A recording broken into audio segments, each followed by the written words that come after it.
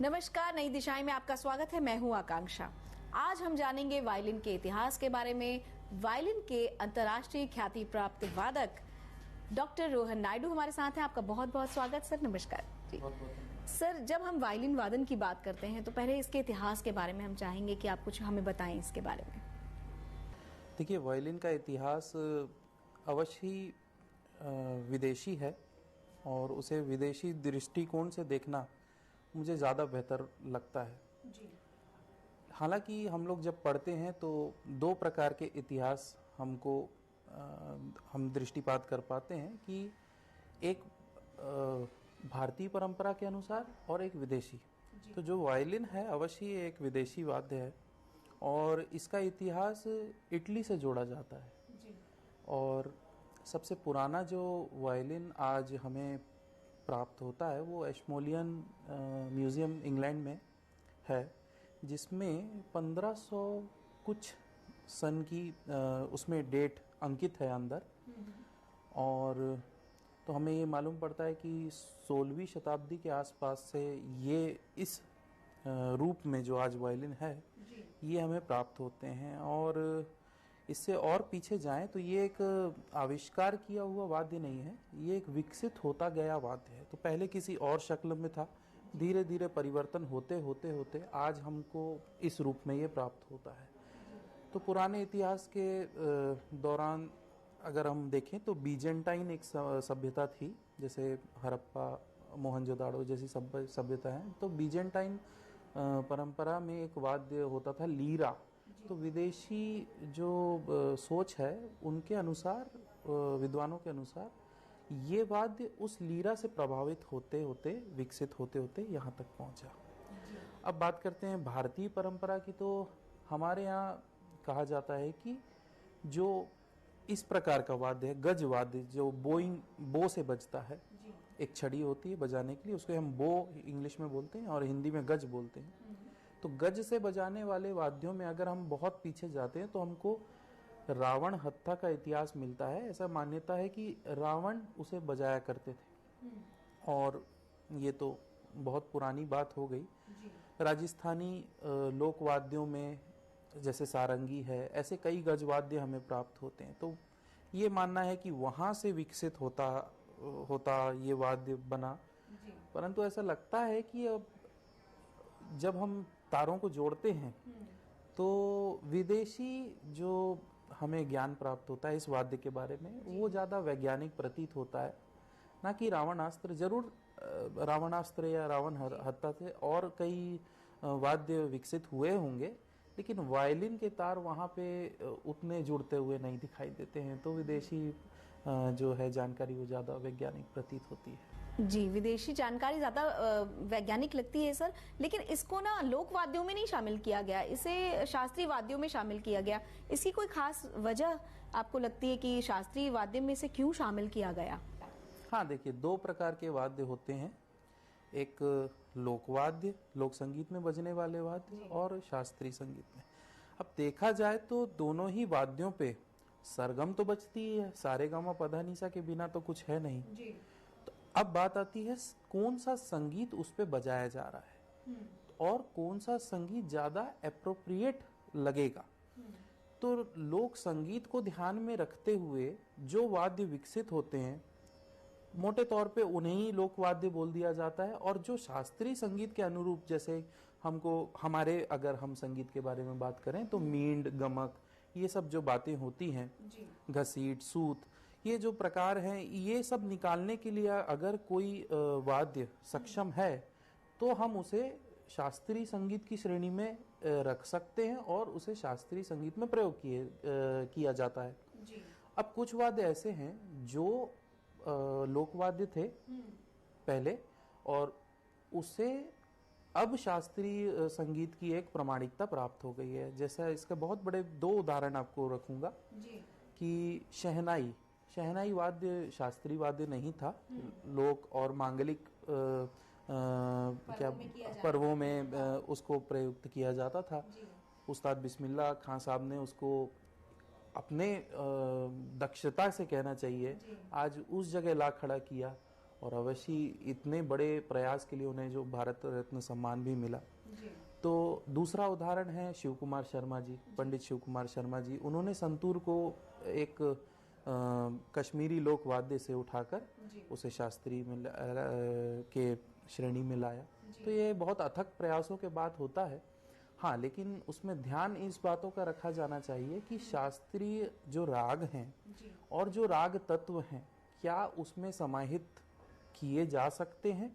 अगर वो कोई भी अमुक वाद्य अगर उसे क्या बोलते हैं बजाने, परफॉर्म करने में अगर वो सक्षम है तो उन्हें शास्त्रीय श्रेणी में लाया जा सकता है। जी।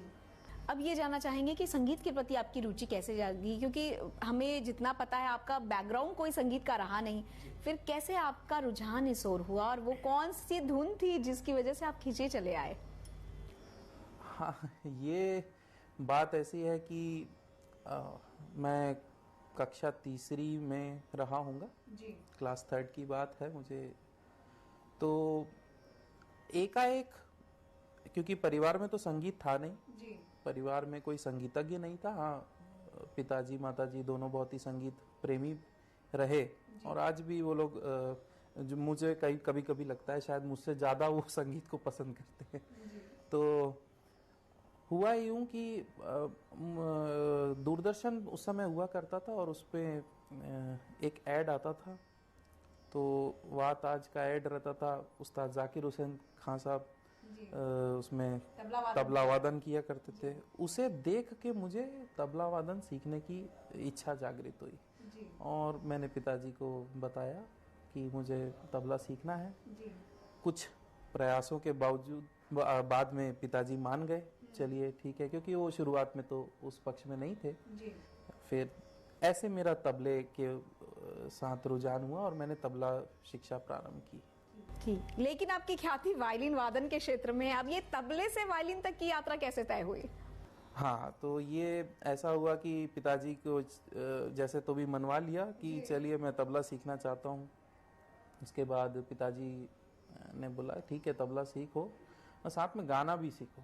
क्योंकि एक कॉमन मेंटालिटी होती है और वो पिताजी में भी थी कि गायकों को ज्यादा तवज्जो प्राप्त होती है। और हाँ, और इंस्ट्रूमेंटलिस्ट मतलब संगतकार, उनका काम है साथ में बजाना। तो अगर चलो करता भी है संगीत में तो गायक बने।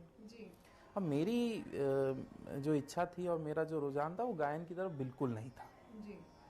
बाद में जो डेवलप हुआ, लेकिन शुरुआती स्तर पे तो मुझे गायन सीखने की इच्छा नहीं थी। लेकिन पिताजी के कहने पर, क्योंकि वो शर्त थी कि तभी तबला सीख सकते हैं, तो चलिए तबले के लिए सब कुछ चलेगा। तो मैं गायन भी सीखने लगा पिताजी के उस पे कहने पे। तो गायन का एक कार्यक्रम हुआ।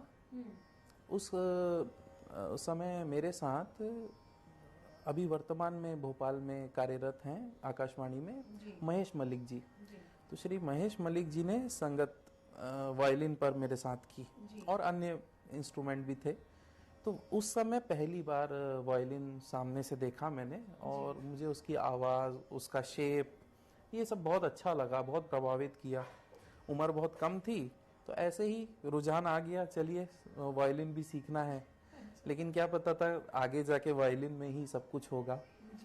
और ऐसे फिर वायलिन की तरफ रुझान आया और सीखना चालू किया। तो अभी बात को आगे बढ़ाने से पहले हम चाहेंगे हमारे दर्शकों के लिए आप कुछ गुनगुना दें ताकि हमें भी पता चले कि आपने क्या कुछ सीखा है गायन में। गायन में अब ऐसे तो हम लोग देखिए वो ये बहुत बहुत पुरानी बात है, लेकिन प्रोफेशनली गाते नहीं है, लेकिन सिखाने के लिए गाना आवश्यक है और गा के ही कई चीजें सिखाते हैं हम लोग। डॉक्टर रोहन को डॉक्टर रोहन बनने का जो मौका है वो बहुत जल्दी मिल गया। आमतौर पर पीएचडी में लोगों को बहुत वक्त लग जाता है। ये आपने कब सुनिश्चित कर लिया था कि अब आपको पीएचडी करनी ही है?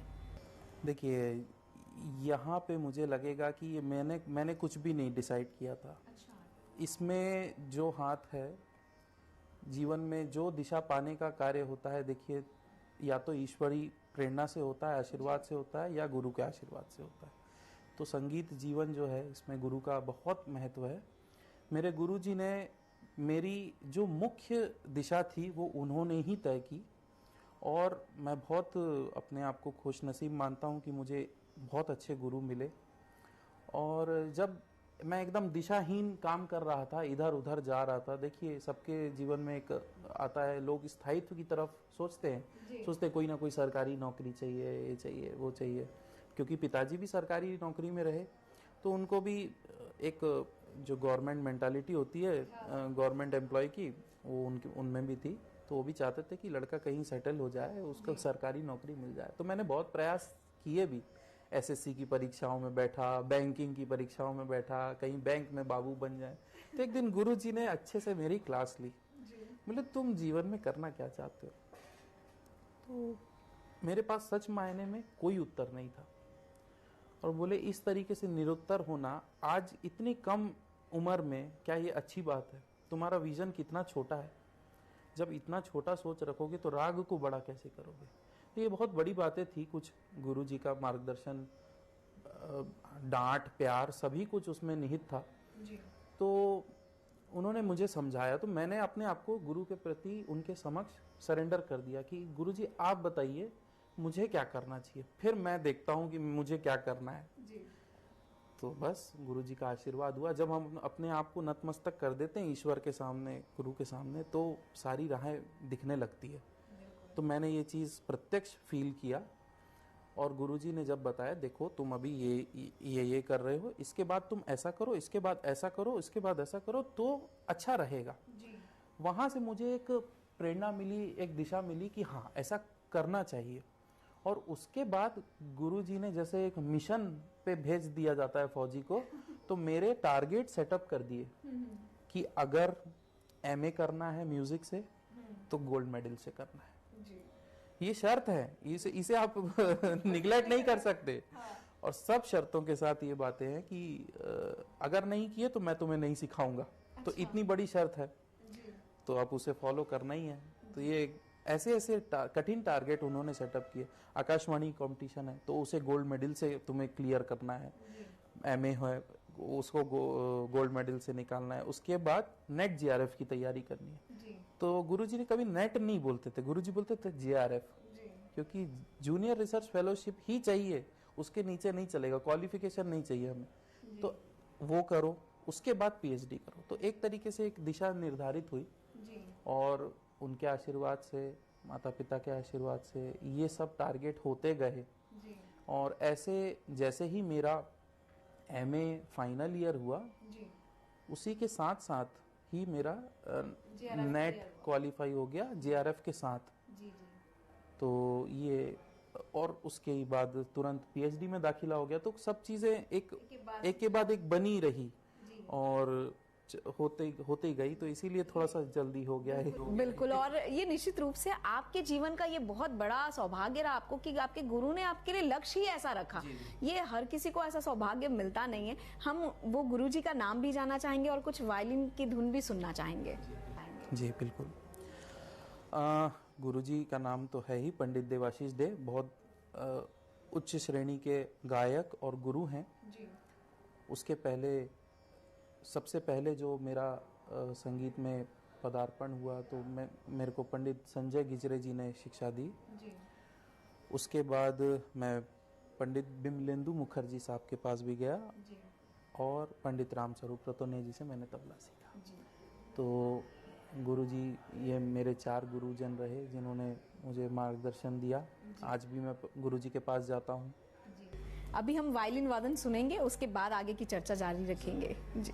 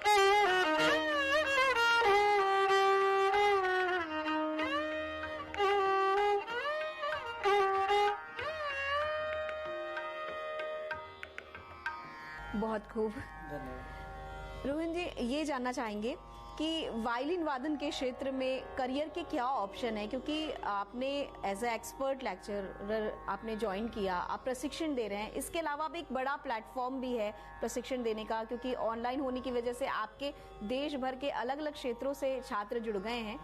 तो आपसे जानना चाहेंगे कि इसमें करियर के क्या ऑप्शन है?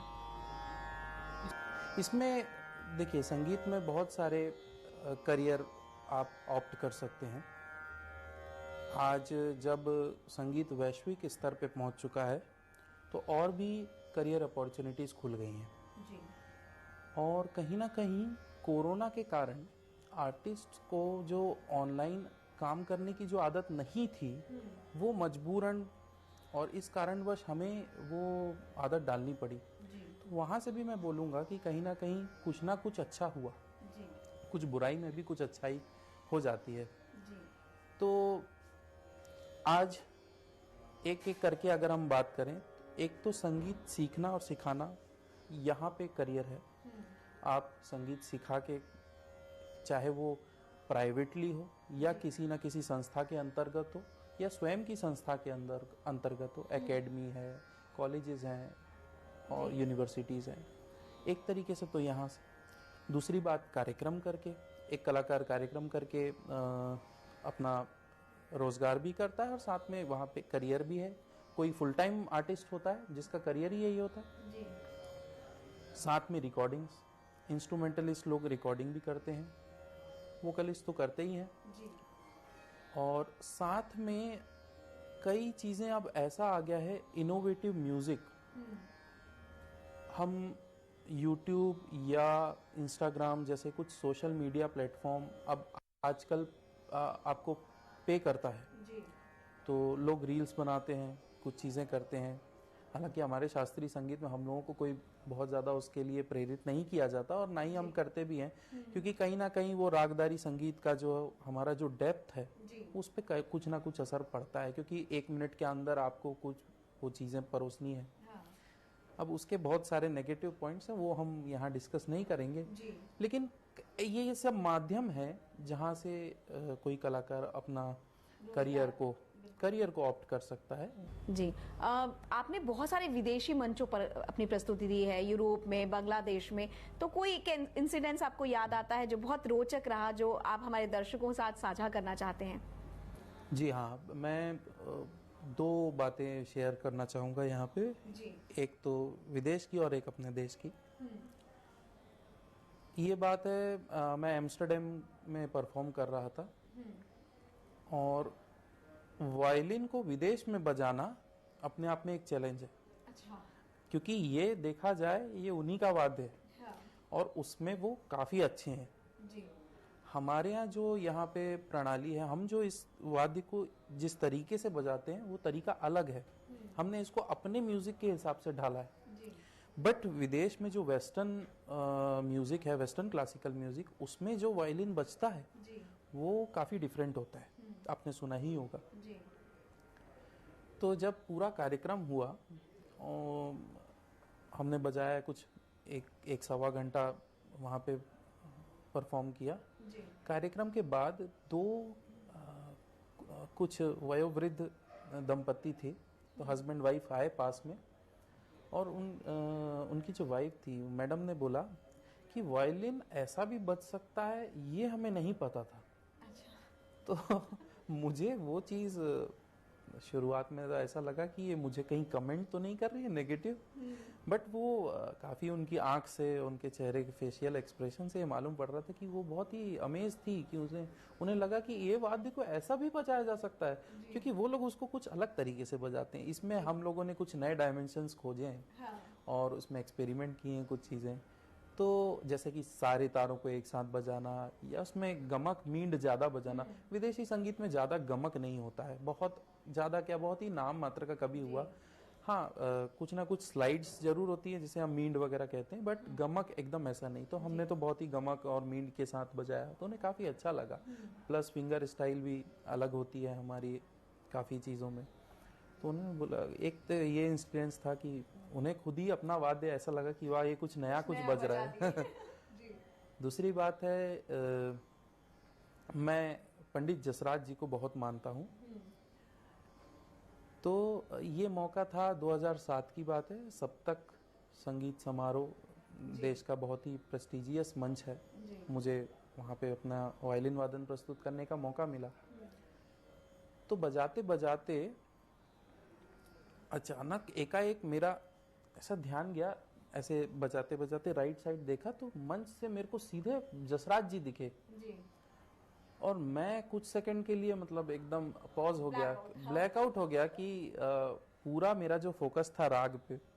लेकिन हालांकि बहुत ही कम सेकंड की वो बात थी, किसी को शायद समझ में ना आया हो। लेकिन वो अचानक से जब मैंने उनको अपने आँख के सामने देखा, पहली मर्तबा था जब मैंने उन्हें सामने प्रत्यक्ष देखा। और उसके बाद कार्यक्रम समाप्त हो, मैं पूरे कार्यक्रम के दौरान ये सोचता रहा बस ये कार्यक्रम खत्म हो और मैं उनका आशीर्वाद लूं, जाके उनसे मिलूं। तो जब मैं उनसे मिला तो उन्होंने बहुत एक रोचक बात कही। कि उन्होंने कहा कि अरे वाह, बहुत अच्छा बजाया, जय हो, जो उनका एक अंदाज था। तो बहुत अच्छा बजाया।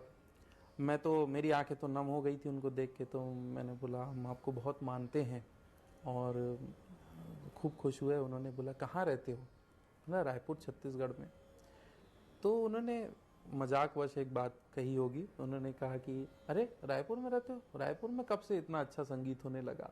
तो ये मेरे लिए कॉम्प्लीमेंट की बात थी और इसे मैं बिल्कुल नहीं बोलूँगा। रायपुर में बहुत अच्छे अच्छे संगीतज्ञ हुए, हमारे छत्तीसगढ़ में बहुत अच्छे अच्छे संगीतज्ञ हुए। लेकिन उन्होंने मुझे, शायद मैं छोटा था, मुझे खुश करने के लिए या कुछ ऐसी बात कही होगी। तो ये भी मेरे लिए बहुत एक अच्छा था कि वाह, उन्होंने कितना तारीफ की मेरी अपने अंदाज में। जी बिल्कुल, निश्चित रूप से जब किसी बड़े गुणीजन का सानिध्य मिल जाता है या उनसे कमेंट मिल जाता है तो हमारा उत्साह तो दुगना होता ही है, एक नई प्रेरणा भी मिलती है।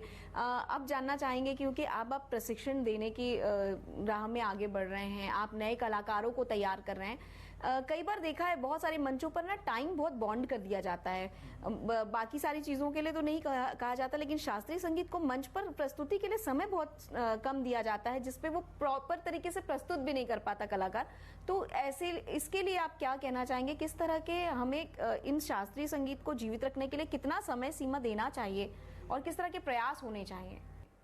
ये आपने बहुत ही अच्छा प्रश्न किया है, जो कि मैं समझता हूँ आज तक मैंने जितने साक्षात्कार किए हैं किसी ने मुझसे ये चीज़ नहीं पूछी। आप अवश्य संगीत के मर्म को समझती हैं। इसका नेगेटिव और पॉजिटिव दोनों पॉइंट मैं आपको बताना चाहता हूँ, क्योंकि ये बहुत गंभीर प्रश्न है। सबसे पहली बात कि शास्त्रीय संगीत के कार्यक्रम को, इसका एक अपना एक कल्चर है, अपनी एक इसके संस्कार है। ये वो रील्स वाला संगीत नहीं है जिसको 15 सेकंड या 20 सेकंड में समाप्त किया जाए। ये आप किसी को एंटरटेनमेंट पर्पस से नहीं आप इसको आगे लेके जा रहे हैं। ये एक कला है और वो भी आज वर्तमान समय में ये सबसे प्राचीनतम कलाओं में से है जो अभी जिंदा है। जो बहुत प्राचीन थी वो या तो ऑब्सोलेट हो गई, खत्म हो गई, या अब उनका कुछ अंश बचता नहीं है। लेकिन संगीत, एक भारतीय शास्त्रीय संगीत एक इतनी पुरानी विधा है जो आज भी जीवित है। ये बहुत बड़ी बात है। तो एक तो उस नजरिए से इसको इज्जत मिलना चाहिए आयोजकों के द्वारा। और यदि कार्यक्रम के पहले जिस तरीके से होता है, कलाकारों से बातचीत की जाती है, उन्हें एक पत्र या मेल या मैसेज किया जाता है, उसमें ये मेंशन होता है जिस तरीके से आपको इतना इतना दिया जाएगा भत्ता, तो उसके साथ साथ ये भी लिखा जाता है कि आपका, या लिखा जाना चाहिए अवधि कि आपके परफॉर्मेंस का ड्यूरेशन ये होगा। सबसे पहली बात तो ये, इस हिसाब से कलाकार अपने कार्यक्रम को प्लान करेगा। अब रही बात समय देने की, तो देखिए आकाशवाणी वगैरह में भी, आकाशवाणी के द्वारा जो प्रतियोगिताएं होती है उसमें राग संगीत के लिए 15 मिनट 10 मिनट का टाइम दिया जाता है। जब पहली प्रतियोगिता होती है तो 15 मिनट अवश्य दिए जाते हैं। उसके बाद दूसरी होती है तो बोला जाता है कि 15 मिनट का एक कट जाएगा, एक 10 मिनट का जाएगा। तो वो आप राग को 15 मिनट में कैसे बांध सकते हैं और 10 मिनट में कैसे बांध सकते हैं, ये आपकी दक्षता का वहां पे परीक्षण है वो। तो इसका मतलब ये नहीं कि 10 मिनट में राग नहीं हो सकता। पुराने आप संगीत सुनेंगे तो देखिए छोटी छोटी LP EP, तो उसमें बड़े उस्ताद बड़े गुलाम अली खां साहब 2.5 से 3 मिनट में दरबारी जैसा राग गा के खत्म कर दिया है, और कहीं से लग नहीं रहा है कि वाह, जबकि 2.5 से 3 मिनट का तो आलाप भी, मूड भी नहीं बना पाते हैं आज हम लोग अगर प्रयास करें तो। वो ऐसे विद्वान लोग थे, देवी पुरुष थे ये लोग, तो इन्होंने उस 2.5 से 3 मिनट में पूरा राग बढ़िया बंदिश तान के साथ किस तरीके से उसको निभाया है, तो ये भी सीखने वाली बात है। लेकिन वो उस समय मजबूरी हुआ करती थी, उससे बड़े रिकॉर्ड्स होते नहीं थे, तो उनकी मजबूरी थी। लेकिन अब वो बचाना तो था संगीत, तो किसी ना किसी तरीके से उसको संभालने का, अच्छा ये अमूर्त कला है, इसको रिकॉर्ड ही किया जा सकता है, और तो कुछ किया नहीं जा सकता जिसको हम बचा लें। तो उन्होंने गा के बताया और उसमें रिकॉर्ड किया। लेकिन एटलीस्ट हम कहेंगे कि संगीत को संगीत के संस्कारों द्वारा ही बरतना चाहिए। तो कम से कम एक आर्टिस्ट को आप कम से कम, बहुत भी प्रोग्राम है वैसे तो आधे घंटे का समय से कम मत दीजिए, दे भी रहे तो कम से कम 20 मिनट 15 मिनट का टाइम एटलीस्ट दीजिए, और उसको पहले से बता के दीजिए ताकि वो उस 15 मिनट को कैलकुलेट करके प्लान कर पाए ठीक तरीके से। मंच पे चढ़ते समय मत बोलिए कि आपको दिया आधा घंटा गया था लेकिन आप 15 मिनट में समेट लीजिएगा, तो ये गलत चीज है, ये वो उन संस्कारों के विपरीत बात है, उसको इज्जत देना चाहिए। बहुत बहुत धन्यवाद रोहन जी हमसे बात करने के लिए। दोस्तों, हम आशा करते हैं कि छत्तीसगढ़ के रायपुर के हमारे इस युवा कलाकार ने अंतर्राष्ट्रीय स्तर पर जो पहचान बनाई, और जो ये नए कलाकार तैयार कर रहे हैं, निश्चित रूप से उन्हें एक नई दिशा जरूर मिलेगी, और आप भी इससे प्रभावित होकर यदि इस क्षेत्र में अपना करियर बनाना चाहते हैं तो इस क्षेत्र में करियर के अपार संभावनाएं, इस क्षेत्र में जरूर आगे बढ़िए, और वो संस्कार जो शास्त्रीय संगीत का है उसे जीवित रखिए। किसी और विषय के साथ होगी आपसे मुलाकात, तब तक कीजिए थोड़ी सी प्रतीक्षा, थोड़ा सा इंतजार। नमस्कार।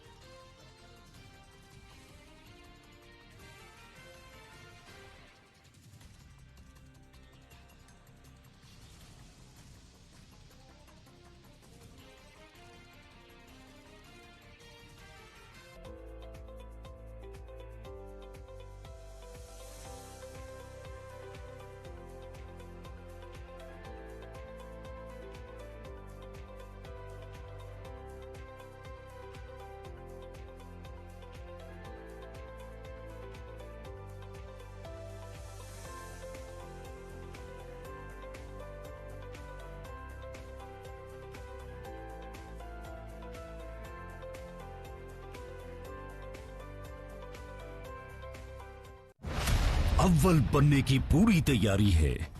छत्तीसगढ़ मॉडल सबसे प्रभावी है।